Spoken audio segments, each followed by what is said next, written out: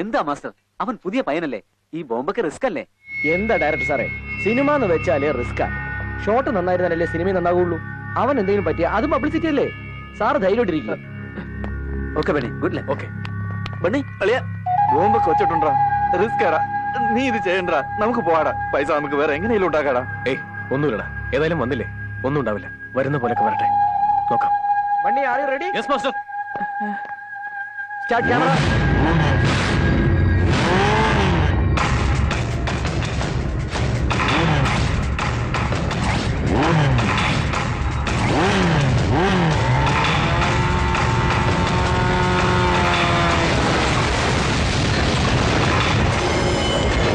Dear students, I congratulate all of you for the successful completion of your medical course. This remarkable feat has been achieved for the first time in the college history by Miss Madhumati.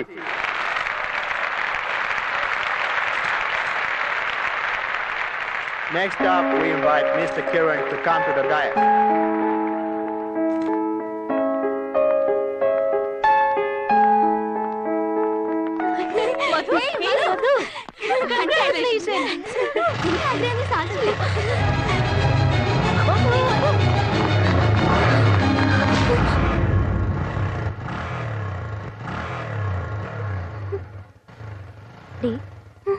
ബണ്ണിയാണെന്ന് വിചാരിച്ചല്ലേ?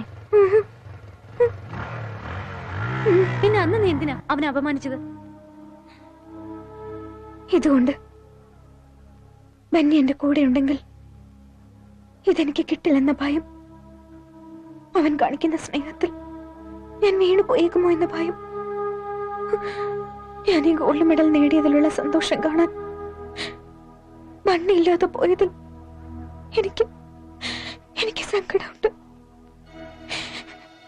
അപ്പോ നീ അവനെ സ്നേഹിക്കുന്നുണ്ടല്ലേ?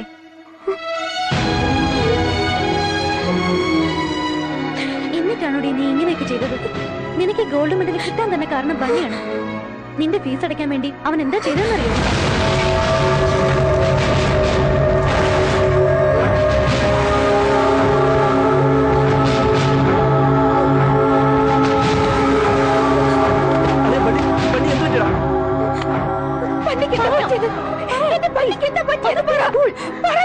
ഒരു കുഴപ്പമില്ല.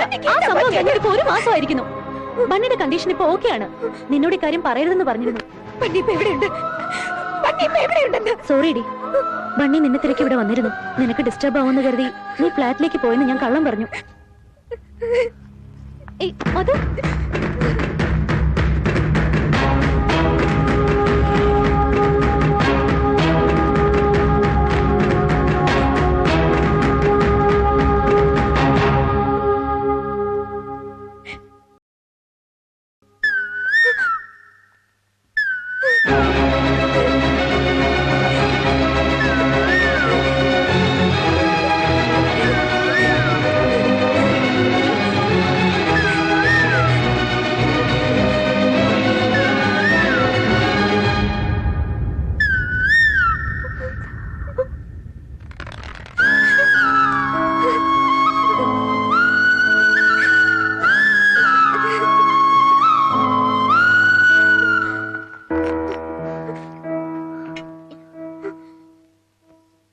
Hi മധു, താനെന്ന് എത്ര സന്തോഷവതിയായിരിക്കും എനിക്കറിയാം. ആ സന്തോഷം കണ്ണുനിറയെ കാണണമെന്ന് എനിക്ക് ആഗ്രഹം ഉണ്ടായിരുന്നെങ്കിലും എന്റെ മുഖം പോലും കാണണ്ടെന്ന് മധു പറഞ്ഞിട്ടുള്ളതുകൊണ്ട് തിരികെ പോകുന്നു. അറിയാതെയാണെങ്കിലും അന്ന് ആ ലെറ്റർ തന്റെ നോട്ട്ബുക്കിൽ വെച്ച് ഞാനൊരു തെറ്റിയതു. ഫ്ലാറ്റിൽ വെച്ച് തന്റെ മനസ്സ് വേദനിപ്പിച്ച് വീണ്ടും ഞാൻ തെറ്റിയതു. തനിക്കെന്നെ ഇഷ്ടമല്ലെന്നറിയാമായിരുന്നിട്ടും ഞാൻ അറിയാതെ സ്നേഹിച്ചു പോയതും എന്റെ തെറ്റ് തന്നെയാണ്. ഇതെല്ലാം തെറ്റാണെന്ന് അറിയാമെങ്കിലും എന്തുകൊണ്ടാണ് തന്നോട് ഇത്രയേറെ ഇഷ്ടം എന്ന് എനിക്കറിയില്ല. സ്നേഹിക്കുന്നവർ എന്ത് ചോദിച്ചാലും അത് കൊടുക്കണമല്ലോ. അതുകൊണ്ടാണ് താൻ ചോദിച്ച ഡൈവോഴ്സ് പേപ്പർ പോലും ഞാൻ തരുന്നത്.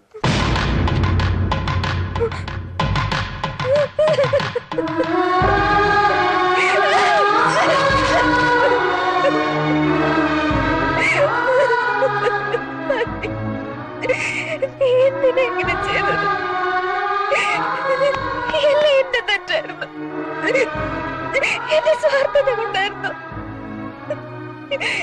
എത്രമാത്രം കഷ്ടപ്പെട്ടു നീ. എവിടെയാ നീ? നിന്നെ വിട്ട് ഞാൻ പോവില്ല. നിന്നെ വിട്ട് ഞാൻ പോവില്ല.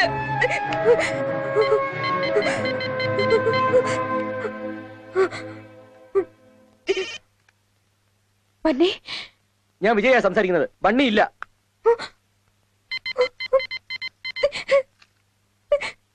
നിനക്ക് ഇനിയും മതിയായില്ലേ? നീ കാരണം അവന് പഠിത്തം പോലും നഷ്ടപ്പെട്ടത്. ഒരു പ്രാവശ്യം ചത്ത് ജീവിച്ചതവൻ. ഇനിയെങ്കിലും അവനൊന്ന് വെറുതെ വിട്ടൂടെ? ഇത്രയൊക്കെ ചെയ്തത് മതി. ദയവേത് ഇനി അവനെ ഡിസ്റ്റർബ് ചെയ്യരുത്. ഒരൊറ്റ തവണ എനിക്ക് ബണ്ണിയോട് സംസാരിച്ചാൽ മതി. അവൻ എല്ലാം ഉപേക്ഷിച്ച് ഇവിടുന്ന് പോയി. ഇപ്പൊ ചെന്ന റെയിൽവേ സ്റ്റേഷനിൽ കണ്ടേക്കും. ഒന്ന് സഹായിക്കണം. എന്റെ ഭർത്താവിന് ആക്സിഡന്റ് ആയി ഹോസ്പിറ്റലിന്റെ മോളെ ദയവ് ചെയ്ത് ഞാൻ ഹോസ്പിറ്റലിന്റെ അടുത്തൊന്ന് ഇറക്കി തരാമോ?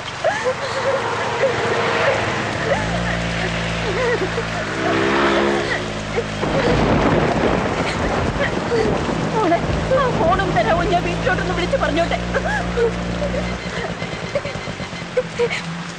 നിർത്ത് വണ്ടി എടുത്ത് എവിടെ പോയിട്ടില്ല? മെഡിക്കൽ കോളേജിൽ നിന്ന് വരെ സർ. മെഡിക്കൽ കോളേജിൽ നിന്നോ? എടി സാവിത്രി, നീ പിന്നെയും ബിസിനസ് തുടങ്ങി അല്ലേടി? ഞങ്ങൾ മെഡിക്കൽ കോളേജിൽ നിന്ന് വരുവാണെന്ന് പറഞ്ഞിട്ട് വിശ്വാസമായില്ലേ സർ?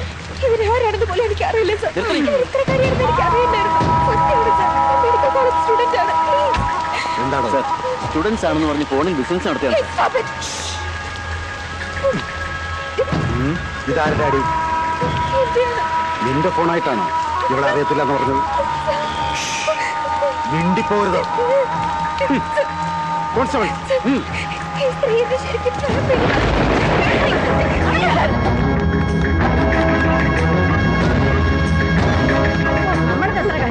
പുതിയ ആളായതുകൊണ്ടാണ്.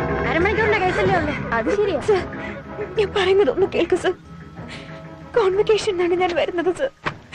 പ്ലീസ്. കോൺവെക്കേഷനോ? ഏത് ലോഡ്ജ് അത്? ഒറ്റ രാത്രിക്ക് എത്രയാ നിന്റെ റേറ്റ്?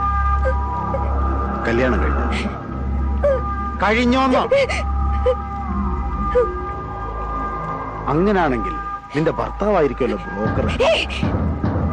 ഞാൻ ഒരിക്കൽ കൂടി അങ്ങനെ പറഞ്ഞ എന്ത് ചെയ്യടി? പറയ എന്ത് ചെയ്യും? ഞാൻ എന്ത് ചെയ്താലും പണം കൊടുക്കുന്ന പതിവേ എനിക്കല്ല.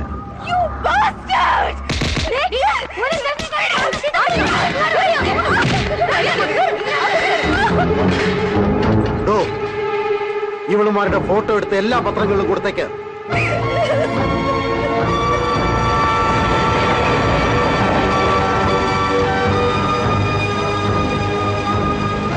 ബണ്ണി ഇറങ്ങി വാടാ.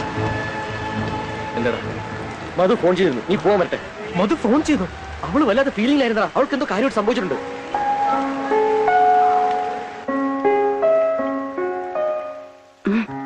നിനക്ക് ആരെങ്കിലും ഫോൺ ചെയ്ത് പറയണോ? വിളിച്ചോ. മധു, എന്തു പറ്റി മധു? മധു എന്തു പറ്റി? മധു, മധു നീ എവിടെയാ? ഞാൻ മല്ലൂർ പോലീസ് സ്റ്റേഷനിലാണ്.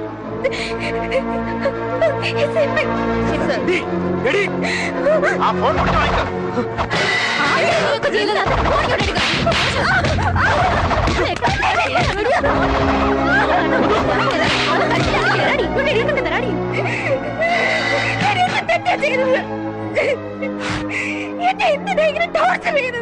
നിന്റെ അച്ഛനോടും ഭർത്താവിനോടും ചോദിക്കുക.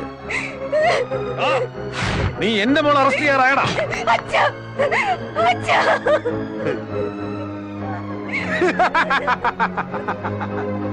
ഇപ്പൊ എങ്ങനുണ്ടടാ? ടൈമാടാ, ടൈം. ദേ കണ്ടില്ലേ നിന്റെ മോള് കിടക്കുന്നു, വ്യഭിചാര കുറ്റത്തിനകത്ത് കിടക്കുന്നത്. എടുത്തടാ. എടുത്തു സാർ. എന്റെ ദേഹത്ത് നീ കൈവെക്കലാടാ.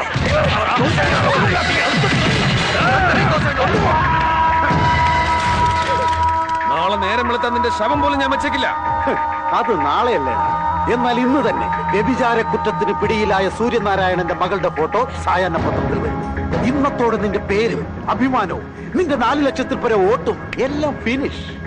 സാർ ഇവിടെ മുഖം മറച്ചു പിടിക്കുന്നു. ഏയ് നീ എന്നെ മുഹമ്മദ്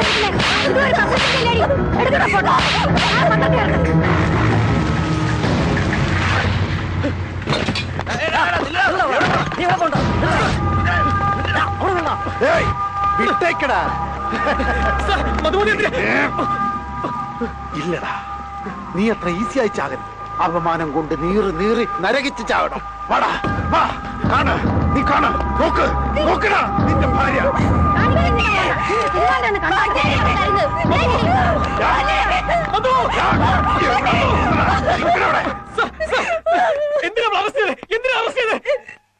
നിന്റെ ഭാര്യയെ റെയ്ഡിൽ പിടിച്ചതാടാ. നിന്റെ ഭാര്യ ഒരു വേശ്യ.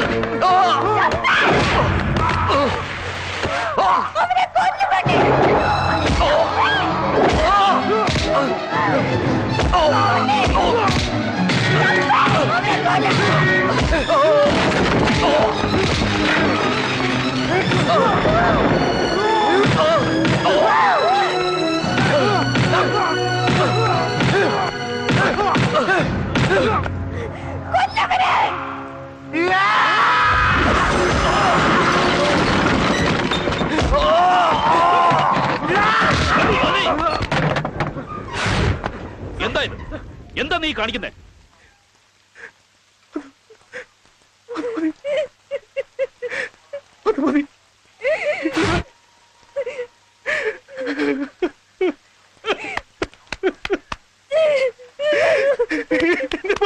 ചെയ്തെന്താണെന്നറിയോ സാർ?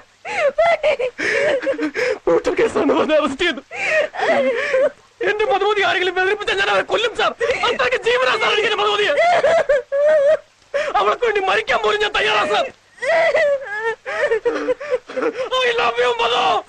I love you. നീ അല്ലാതെ എനിക്ക് ആരുമില്ല മധു. ഇല്ലാതെ എനിക്ക് ജീവിക്കാൻ പറ്റില്ല മധു.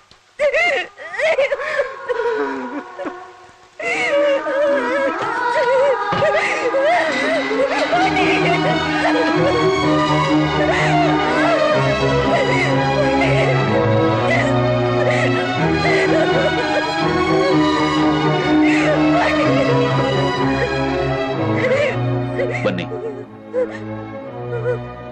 ഓക്കോ, ബാക്കി ഞാൻ നോക്കിക്കോളാം.